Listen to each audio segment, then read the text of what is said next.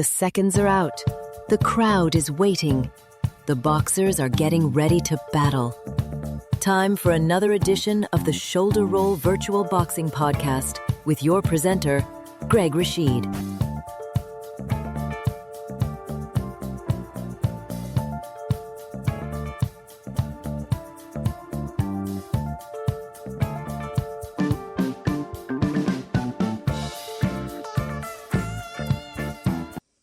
Well, I want to say Swaddy Krap to everyone out there, which means hello on Thai. This is Greg Rashid with another edition of the Shoulder Roll Virtual Boxing Podcast. If you're new to the program, and there are a lot of new people I see in my analytics, I'm in Bangkok, Thailand. Loving it over here. And I'm so thankful that so many people are listening all over the world. And you listen at your convenience, and the network is really growing. But a lot of folks listen every Sunday afternoon at 3 p.m. Mountain Time on KUHSdenver.com, created by the one and only Henry Archuleta. And I want to say hi to all my friends in the Colorado region. I keep saying I'm going to go visit there. I'm coming back again. I am coming back. I really miss that area. Happy to, be still associated with many folks via the internet and that are in Colorado, but, got to get back there in person. Got to do that. But right now, I'm here in Bangkok and loving it here. And if you're new to the program, what we do on this program is what we do. One thing is fantasy fights, where we use various modalities, computer games, card and dice games, mix things up, and create a what-if match. What if Muhammad Ali fought Mike Tyson?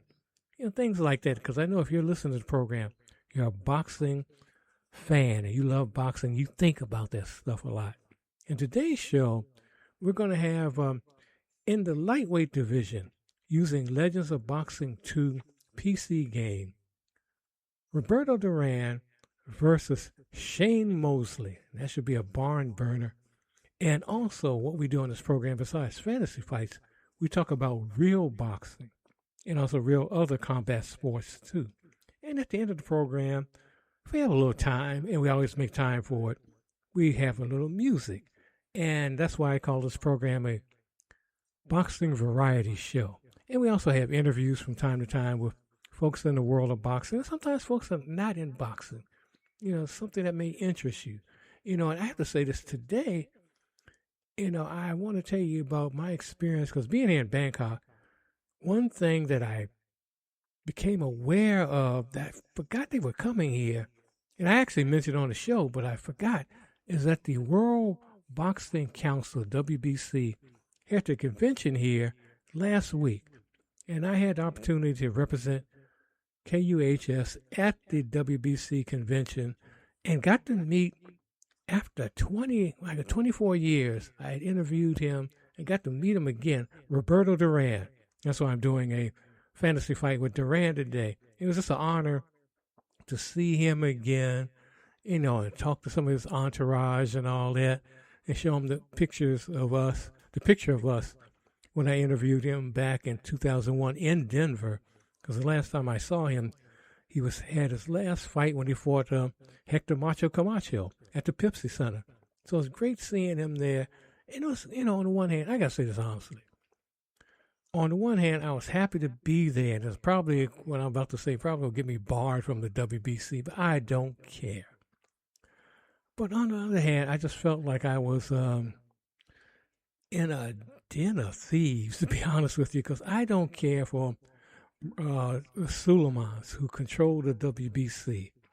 They have done more to ruin boxing with all their silly fees, their sanctioning fees. In fact, while I was at the convention, that's when Suleiman decided, we're stripping Terrence Crawford from his title, WBC title, easy for me to say, because I'm so upset, taking his title away as super middleweight champion, because he didn't pay his $300,000 sanctioning fees. And that is so awful. That is so bad. The problem with boxing, and there are some problems, as we know, but those sanctioning bodies, WBC, WBA, IBF, WBO, they are just ruining boxing. Making it so fighters, and you think, well, Terrence Crawford, he's making millions of dollars. He could pay $300,000, but you gotta understand, there are fighters out there who not making that much, who still have to pay sanctioning fees. They won't be $300,000, but it's a big chunk of their payment for getting in there, potentially ending their life for just fighting.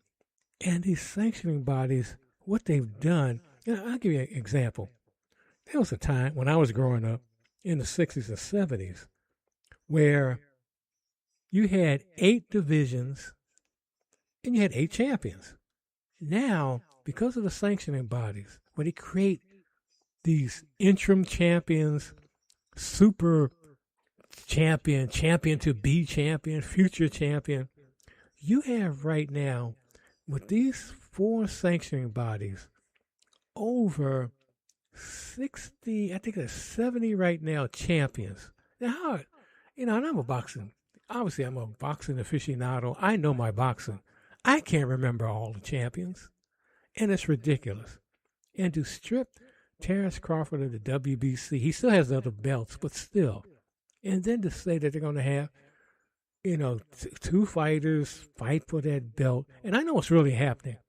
Eventually, because Suleiman, he's in, Canelo Alvarez, who I like as a fighter, but he's been in cahoots with the WBC forever. And they want him to be champion again. I know that. That's the whole plan. But by doing this, stripping this of the title, and making these other silly rules while I was there at the convention. Now, Conor Benn, who just beat recently Chris Eubanks Jr. in a middleweight fight, all of a sudden, the WBC has made him a number 1 contender as far as a welterweight. Conor Benn, outside of fighting Chris Eubank Jr., and Chris Eubank was not, he was a good fighter, but he's been, he's on the downside now. He hasn't fought anyone. Conor Benn hasn't fought anyone, but the WBC is making him the number 1 contender. That's ridiculous, and that's what they do. That's the thing these sanctioning bodies do, and the WBC is the worst of it. And they always say, well, we're using the money from the sanctioning fees to help neglected boxers that need health care and all that, boxers who are down on their luck. But you never see, when you talk to the WBC, you never see any actual statistics about that. You never see any facts. They just say they're doing this stuff. And meanwhile, while I was there during the event, they just keep handing out awards to each other. Just giving, it's almost like participation awards. Like here, and it's terrible. They were talking, I was a part of one workshop where they were talking about safety. If they were thinking about safety, they would do more than what they do in these fights to protect these boxers. And they don't do that.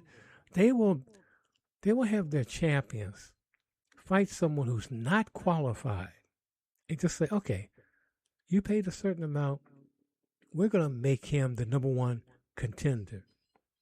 And usually someone who hasn't had any fights that are worth anything, like Conor Benn. And they put him in there against a champion to get beaten, but also so the champion, and you can use Canelo Alvarez as an example, because that's been his career, in the latter stages of his career, up until he fought Crawford. He was just fighting guys that, he never fought David Benavidez. And David Benavidez has been clamoring to fight him. He won't fight him. It's been this whole avoidance thing. But as long as he fights the number 1 contender set by the WBC, and the other sanctioning bodies do the same thing. It's just awful. And they're, the rankings are a joke. The best rankings out there are probably by, Ring Magazine, and also a group, TKO. They have a ranking system. And what Turki Al-Sheikh is doing, they're making, a better ranking system. But right now, what the sanctioning bodies are doing are awful. There's no unions. There's nothing for these fighters. And it's just terrible. It gets me so upset. And the folks around here at the Shoulder Roll Virtual Boxing Podcast, they've been very upset about this.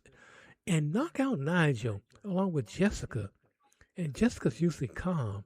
You know, she's a martial arts artist, but she really got into the whole sanction fee chaos. And her and Daniel and Knockout Nigel, they're going to talk about this right now on the Shoulder Roll Virtual Boxing Podcast. Imagine a sport where winning the world championship means nothing if you don't pay your fees. That's exactly what happened in boxing recently when a historic 5-weight world champion had his title stripped. Not for losing, but for missing a payment. That's completely wild. How can they just take away someone's title over paperwork? Well, it's all part of boxing's bizarre business model. You see, Terence Crawford made history by defeating Canelo Alvarez and becoming the first person in the four-belt era to become undisputed in 2 divisions. Then, just 3 months later, the WBC stripped him of his title over $300,000 in unpaid fees. Hold up. You're telling me they can demand money from fighters just for being champions? Oh, yeah. And here's where it gets really interesting. These boxing organizations charge what they call sanctioning fees, about 3% of a fighter's purse for every championship fight. In Crawford's case, that was $300,000 from his $50 million payday. So these organizations just sit back and collect money from the fighters who are actually putting their health on the line? Exactly right. And it gets even more complicated. You know how most sports have one clear champion? Well, boxing has 4 major organizations: the WBA, WBC, IBF, and WBO. Each one can crown its own champion in each of the 17 weight divisions. That sounds like it would create total chaos in terms of who's actually the best. Well, that's exactly what happens. At any given time, there can be up to 70 different world champions. And here's the kicker. These organizations aren't non-profits working for the good of the sport. They're businesses that generate revenue through these fees. That seems like it would really devalue what it means to be a champion. You know what really illustrates this? Let me tell you about Sergio Martinez. He won the WBC middleweight title fair and square, but then they stripped him and basically handed the belt to Julio Cesar Chavez Jr., who was more commercially popular. That's absolutely outrageous. How do they justify decisions like that? Well, the justification is usually buried in technical rules and regulations, but the real reason is almost always money. And get this, back in 1982, legendary promoter Bob Arum claimed he had to pay off WBA officials just to get his fighters ranked. So what you're saying is, this has been going on for decades. Why hasn't anyone tried to fix it? That's the real catch-22. Any attempt to consolidate power into one organization would create a monopoly, which might be even worse. At least with multiple organizations, fighters have options if one treats them unfairly. You mentioned these sanctioning fees earlier. How does that affect fighters who aren't making millions like Crawford? Think about a fighter making $100,000 for a title fight. That 3% fee is $3,000, money that could go toward training, medical bills, or supporting their family. And if they want to unify titles, they might have to pay fees to multiple organizations. That seems especially harsh on up-and-coming fighters who are just trying to make a name for themselves. And here's another layer. These organizations often create additional titles, like interim championships or super championships. Each new title is another opportunity to collect fees. So they're basically manufacturing ways to make more money off the fighters? Precisely. When Crawford achieved something unprecedented in modern boxing, it should have been celebrated. Instead, it became a story about unpaid fees and bureaucratic power plays. It really puts the whole sport in a different light. What do you think needs to happen for things to change? Well, that's the million-dollar question.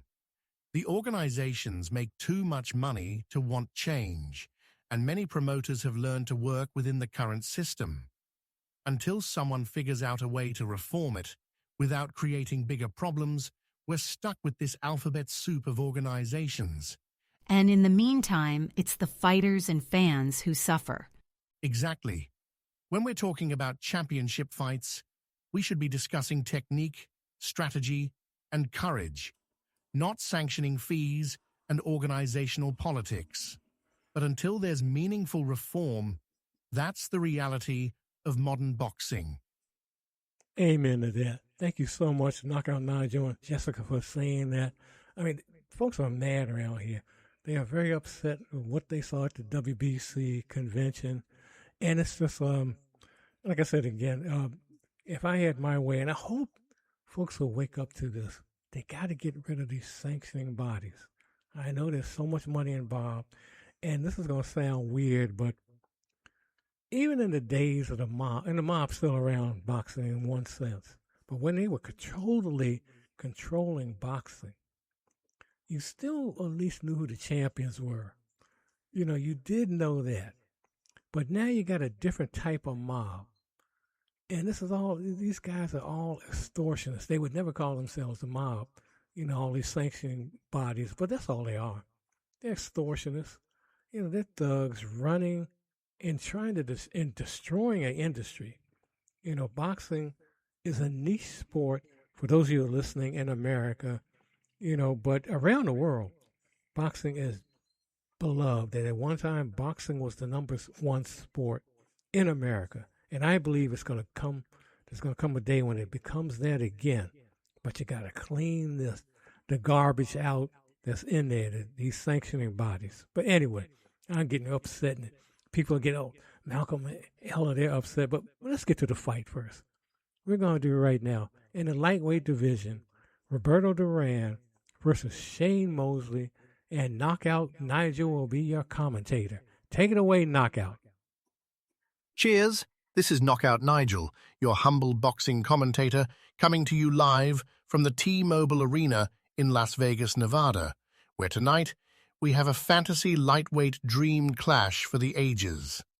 The legendary Panamanian Hands of Stone, Roberto Duran, the man who terrorized divisions from lightweight to middleweight in the 70s and 80s, against Sugar, Shane Mosley, the Pomona, California speed demon who reigned as the best lightweight on the planet in the late 90s and early 2000s.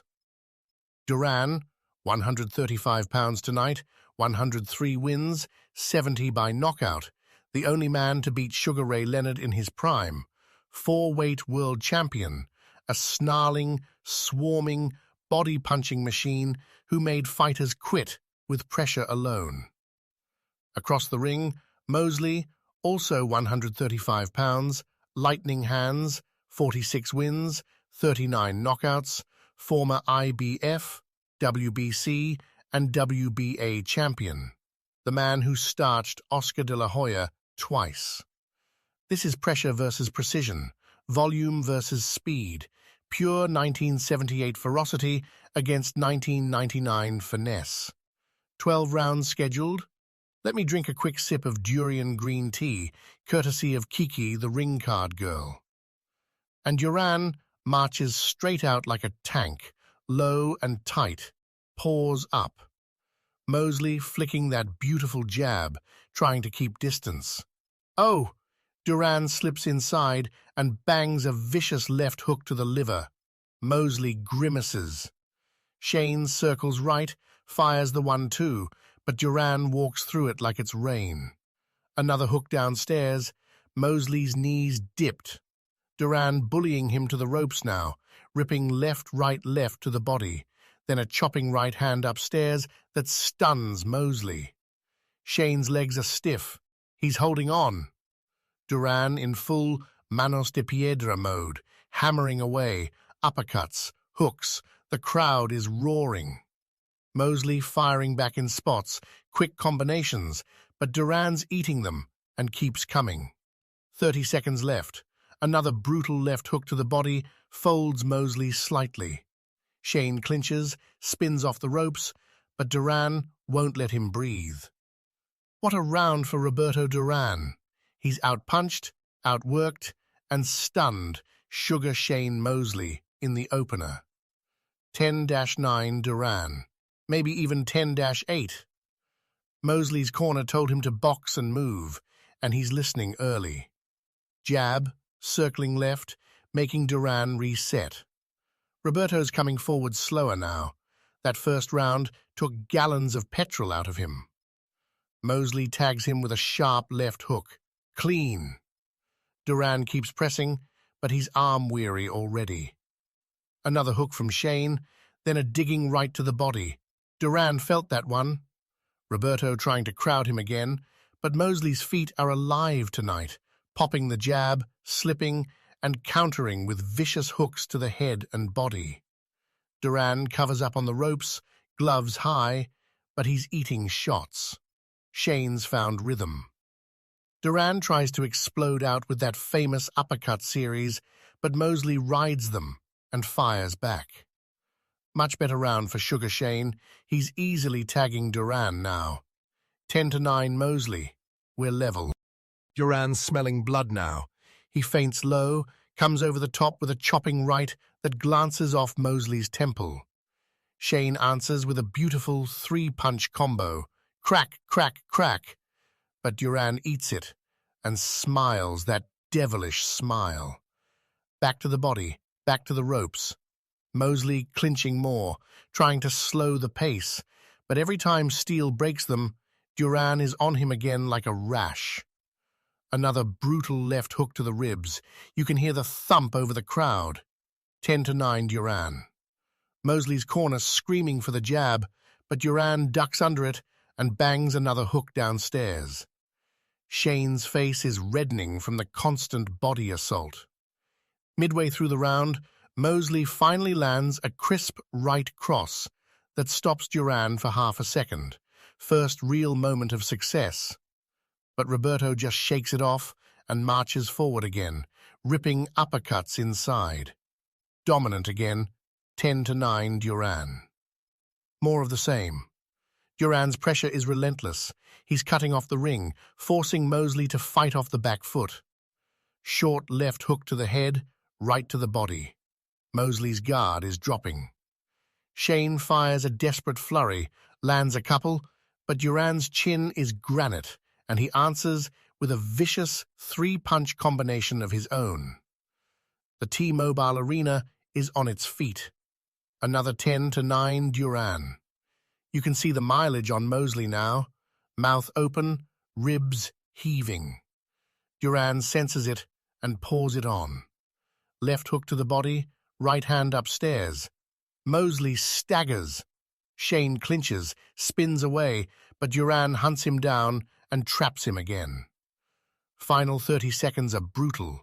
Duran unloading hooks from both hands. Mosley survives, but that was close to a 10-8. Still 10-9 Duran. He's up 6 rounds to none on my card. First signs of life from Sugar Shane. Mosley finally plants his feet and meets Duran in the center. Crack. Sharp right hand lands clean. Duran blinks, but keeps coming. Another right from Mosley, then a left hook that backs Roberto up a step. The crowd erupts. Duran answers with a body shot, but for the first time tonight, he's made to reset. Mosley's speed is back. Jab, jab, right cross. Much better round for Shane. 10-9 Mosley. Mosley carrying the momentum. He's boxing now, using angles, popping that ramrod jab. Duran trying to bully inside, but eating counters. Beautiful left hook right hand combo from Shane rocks Duran's head sideways. Roberto fires back downstairs, but Mosley's legs are alive again. Close round, but I've got Mosley shading it, 10-9. Another strong one for Mosley. He's timing Duran's forward marches now. Step left, crack with the right hand. Duran's face is swelling under the left eye. Shane's confidence is growing. He even showboats with a little shimmy before landing a vicious uppercut inside. Duran answers with a late flurry to the body, but Mosley steals the round. 10-9 Mosley again. 3 in a row for Sugar. We've got a fight. Round 10 begins. Championship rounds. Both men touch gloves. Duran walks forward, and there it is. Monster left uppercut right on the chin. Mosley's legs turn to jelly. He staggers back into the ropes, eyes glassy. Duran swarms. Hook, hook, uppercut. Mosley, covering up, somehow stays on his feet. Shane fires back in desperation with 10 seconds left. 1, 2, 3, 4, punch combo, and Duran's nose explodes in blood. Bell rings. What a round! 10-9 Duran, but only just. Both warriors breathing fire through their mouths. Slower pace now. They know 1 round remains. Circling, feinting, occasional jabs. Duran trying to walk Mosley down, but Shane's moving beautifully, pot-shotting. Neither man wants to empty the tank early. Tactical round. I'll give the slight edge to Mosley's cleaner work. 10-9. Here we go. They meet in the center and just unload. Toe-to-toe in the phone booth. Left hook Duran. Right hand Mosley. Another hook Duran. Both men landing flush, neither taking a step back. Leather flying everywhere. 56 seconds to go. Duran leads with a vicious right hand over the top, and it slices Mosley open. Deep cut over the right eye. Blood absolutely cascades down Shane's face, into his mouth, down his chest. Mosley wipes it, keeps punching. Duran smells the finish. Hook, hook, uppercut. Mosley fires back blindly through the blood. 10 seconds. They trade until the final bell. The arena is deafening. Both men raise their arms, bloodied, swollen, exhausted. What a war! The referee takes the cards. The judges score it. 117 to 114, 116 to 115, and 116 to 114.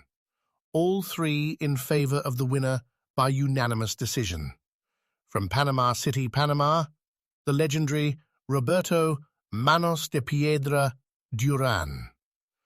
Duran grabs the mic, blood still trickling from his nose, and shouts, "Yo soy el campeón," before embracing Mosley in the center of the ring.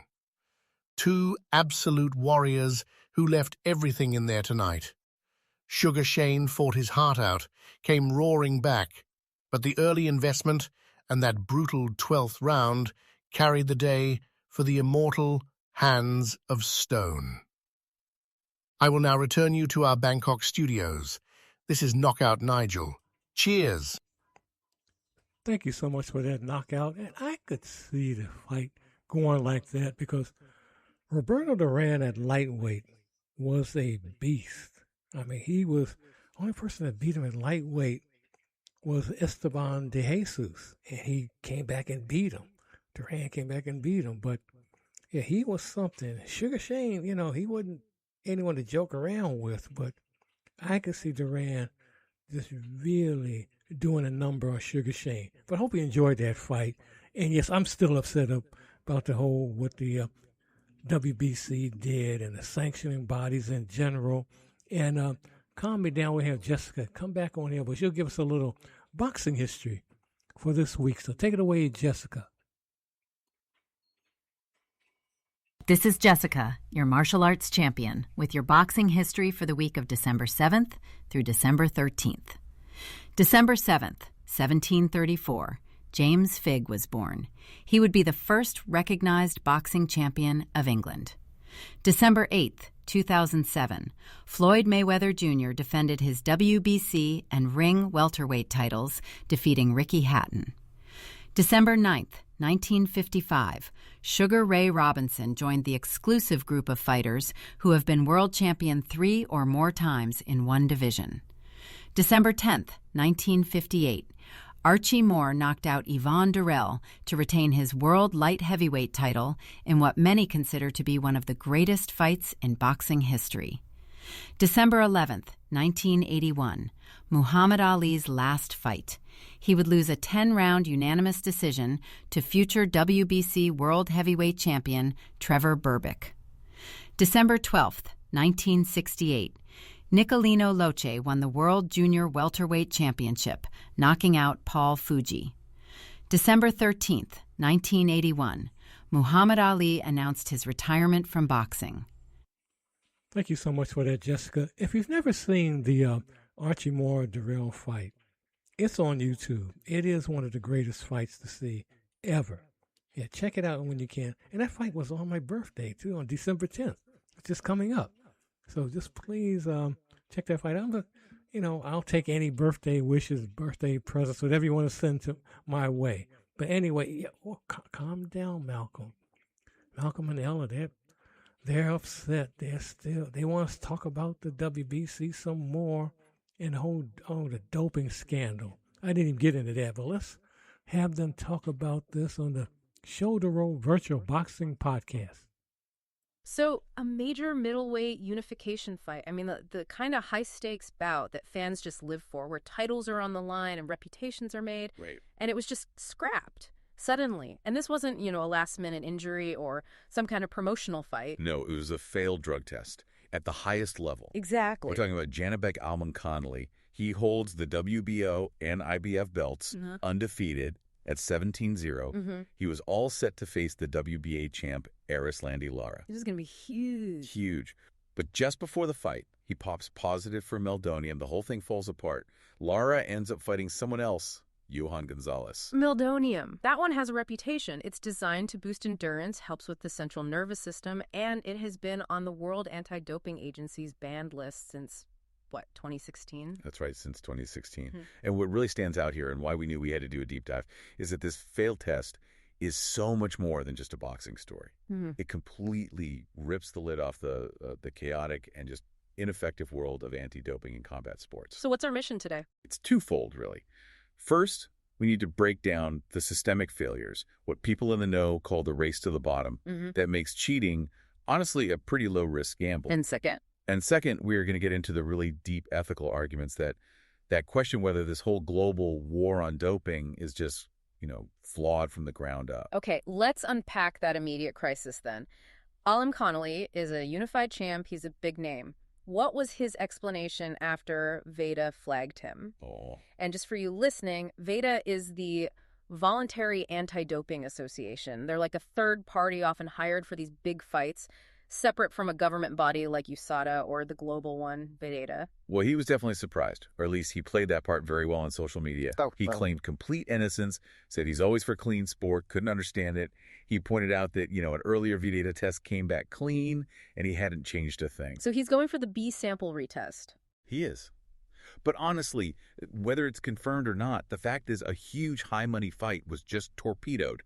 And that raises massive flags about the real state of testing in boxing. It really feels like a systemic issue. I mean, why is boxing so bad at this? The NFL, the Olympics, they seem to have their act together, more or less. Why can't boxing police itself? It all comes down to the structure, or the lack of one. Boxing is a complete mess of governing bodies. The alphabet soup. Exactly. There's no centralized league. You have the four major ones, WBC, WBA, IBF, WBO, all competing for sanctioning fees. And then you have the individual state athletic commissions. How many of those are there? 44 states have one. And this chaotic structure, it creates regulatory mayhem. There's no uniformity in testing and punishment in anything. And that creates a giant opportunity for people to exploit the system. And that leads right into the money. This lack of control, it's what fuels this so-called race to the bottom. It absolutely does. Wow. You just have to follow the money. A big title fight is a massive economic engine for whatever city it's in. Yeah. I mean, get this. A source told us that a single Manny Pacquiao fight in Vegas generated enough tax revenue to fund the entire annual budget of the Nevada State Athletic Commission. The whole year's budget. from one fight. The whole year. So when you realize that, you see they have a massive incentive to keep their standards, let's say, flexible, to make sure they land those big money fights. So the commission's main goal isn't really fighter safety, it's attracting business. That's the accusation. Yeah. And we've seen it play out before, not just with drugs. Remember the Mike Tyson versus Lennox Lewis fight back in 2002? Mm-hmm. Nevada, New York. A bunch of states refused to license Tyson because of his conduct. But Tennessee, they were more than happy to step up and host it. The revenue was just too tempting. And that same logic applies perfectly to drug testing, which brings us to the famous Mayweather-Pacquiao negotiations that fell apart. Oh, that's the perfect example. Mayweather wanted strict VITA testing, Yeah. really comprehensive. Pacquiao's team balked at the terms. So where did Pacquiao fight next? In Texas. Yeah. And at that time, Texas had absolutely no drug testing requirement whatsoever. Wow. So if you're a fighter who's worried about a test, for whatever reason, you can forum shop for a state with the weakest rules. It's just a damning indictment of the whole structure. So let's get into what weak testing really means, because I hear the standards they do use are just laughably easy to beat. They are. The whole thing is, Yeah. It's often just performative. It's for show. How so? The tests are pre-announced. Yeah. Or they only test right before or right after the fight. This makes it incredibly easy for any sophisticated athlete to do what's called cycling. So they use the PEDs during training camp. And then stop a few days before the test so it clears their system. Some of these substances, like EPO, the blood booster, can be undetectable in under 24 hours. So you're only catching the careless ones. You're only catching the truly negligent athletes. Unless the testing is random, unannounced, and year-round, it's a joke. I have heard this called failing an IQ test. Can you explain that joke? It's kind of a cruel joke. It is, but it exists for a reason. Yeah. And that reason is the ridiculously outdated standards some of the biggest commissions use. I'm talking about Nevada and New York. Okay. WADA, the global standard, uses a epitestosterone ratio, a TE ratio of 4-to-1. Anything higher is a fail. And the TE ratio is basically checking if your testosterone is artificially high. Yeah, the average person is about 1-to-1. So WADA's 4-to-1 is already pretty generous. But Nevada and New York, they use a 6-to-1 ratio. 6-to-1. 6-to-1, which means a fighter can pass their test while having 6 times the normal human testosterone level. To fail that test, you'd have to be grossly incompetent. Hence the IQ test nickname. The standard is designed to be passed. Even when a fighter does get caught by these standards, what happens? The punishment seems to be the other half of the problem. The punishments are, they feel like they're designed to just quiet the media down for a bit. Look at Andre Berto. He's a champion. Tests positive for an anabolic steroid, norandrosterone. His fight gets canceled, license suspended. But for how long? 6 months later, he's relicensed in California, back in the ring, fighting for another title, and making a 7-figure payday. Wait, hold on. If he tested positive for a steroid, how could another state just give him a license so soon? Isn't that endangering his next opponent? That's the core ethical breakdown. There's Right. no central authority forcing them to honor each other's suspensions. These commissions are often run by political appointees, not scientists. If a fight can make the state millions, they can just decide the suspension was time served. The Lamont Peterson case seems like the perfect example of that. Oh, Peterson's case is astonishing. He tests positive for synthetic testosterone in 2012. 8 months later, while his license is still under review in Nevada for that positive test, He's fighting. he's fighting and defending his title in Washington, D.C. He was an active champion in one place while being effectively suspended in another. The system is broken. And beyond that, there's always the go-to excuse, the tainted food defense. It's the preferred loophole for sure. And it's often plausible, which is the problem. The most famous case is Canelo Alvarez testing positive for clenbuterol, which is used in cattle in Mexico. Right. More recently, Subriel Matias tested positive for Ostarine. But in his case, the levels were so low that states like Nevada and California wouldn't have even flagged it as illegal. So the systems can't even agree on what a failed test is.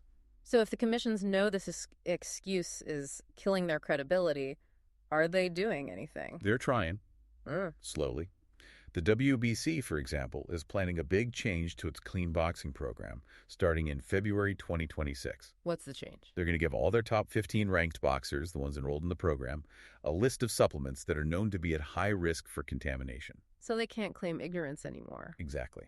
Plausible deniability goes out the window. But, I mean, if the best you could do is give guys a list of risky supplements while cycling and forum shopping are still this easy, It leads you to a much deeper question. Is the whole system designed to fail? Exactly. And that brings us to the whole philosophical crisis of it all. Right, let's go there. We have these massive global organizations, WADA, USADA, spending tens of millions of dollars a year to catch elite athletes.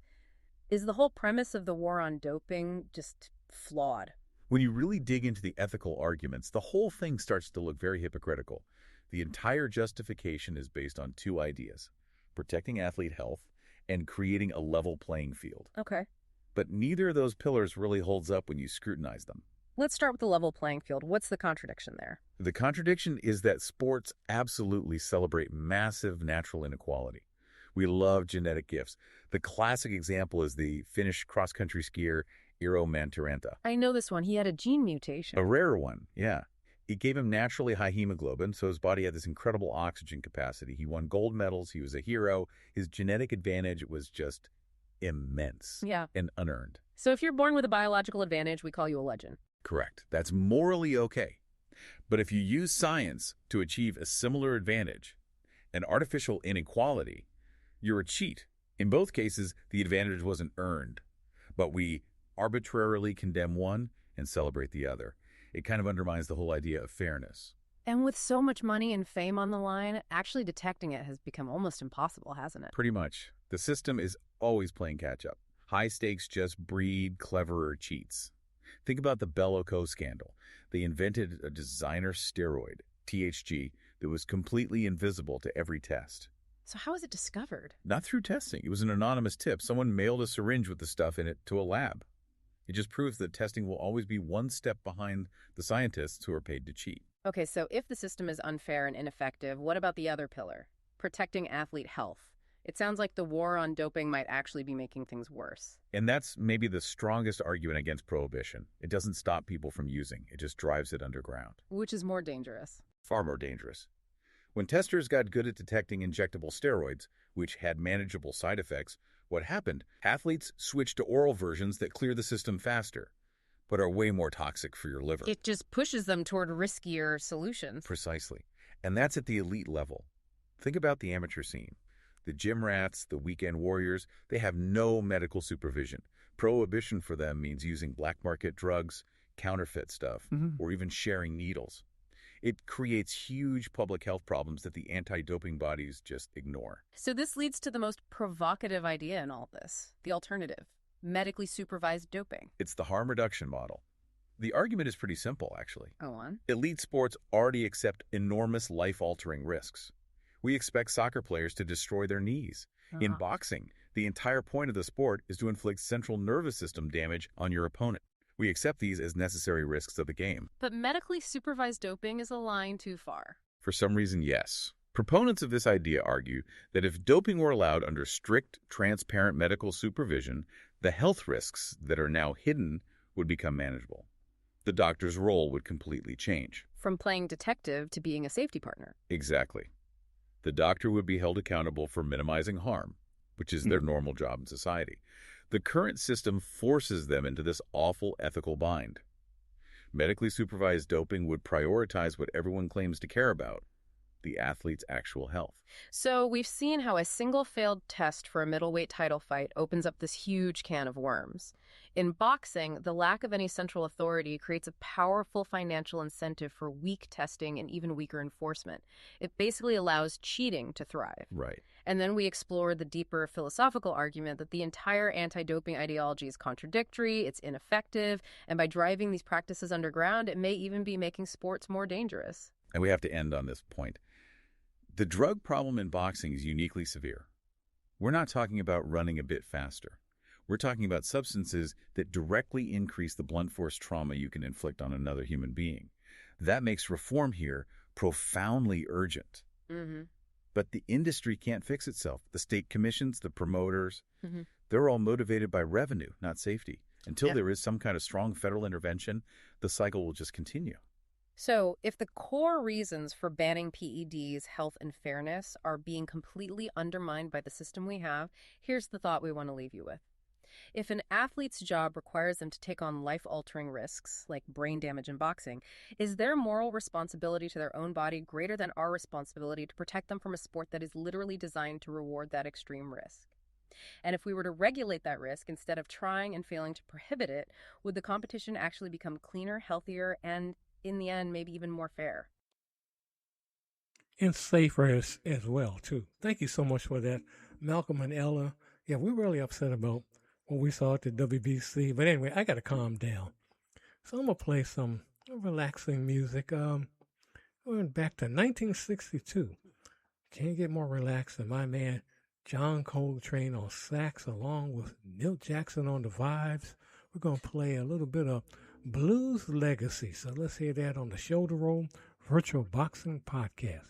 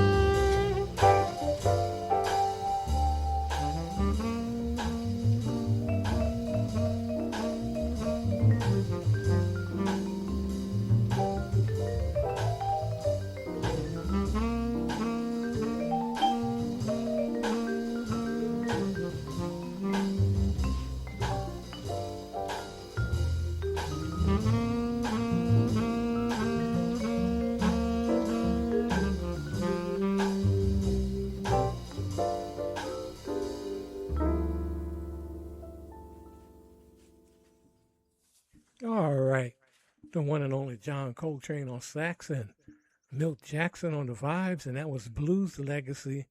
And I hope you enjoyed that. That calmed me down a little bit. I'm still upset with it. All these sanctioning bodies in boxing. But anyway, hope you enjoyed that music. Hope you enjoyed the show today because we're getting ready to get out of here. Hope you liked that Duran versus Shane Mosley fight and just the commentary.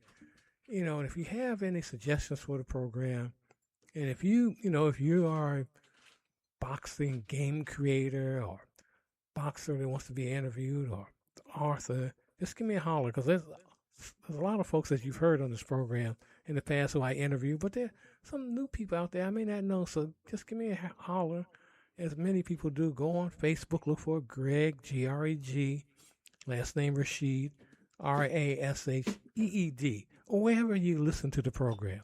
Just go there and leave your comments. But anyway, this is Greg Rasheed. Go in love and go in peace.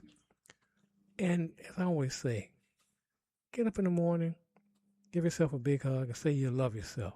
Because you don't love yourself, you don't love anything. You don't want to do anything. You don't care about anything. But love yourself. And do what you can in the beloved community. And make it a better place. Do everything from helping a young person, helping a senior in need, helping an animal in distress, picking up trash, just the little things. Because we're on this big blue ball, and it's actually that big. It's a small planet that we're on when you consider the vast universe. So do what you can to make it a better place. And just remember that you're here to serve a divine purpose. You may not realize it, but you're here to help. That's what it's all about. Helping someone in need, because when you help someone, you help yourself. But again, this is Greg Rasheed. Go in love and go in peace. We'll see you next time on the Shoulder Roll Virtual Boxing Podcast. Thanks for tuning in. Please remember to like, comment, share, and subscribe to this podcast. Please become a member at patreon.com under the title Ringside Fantasy Fights and News. See you next time.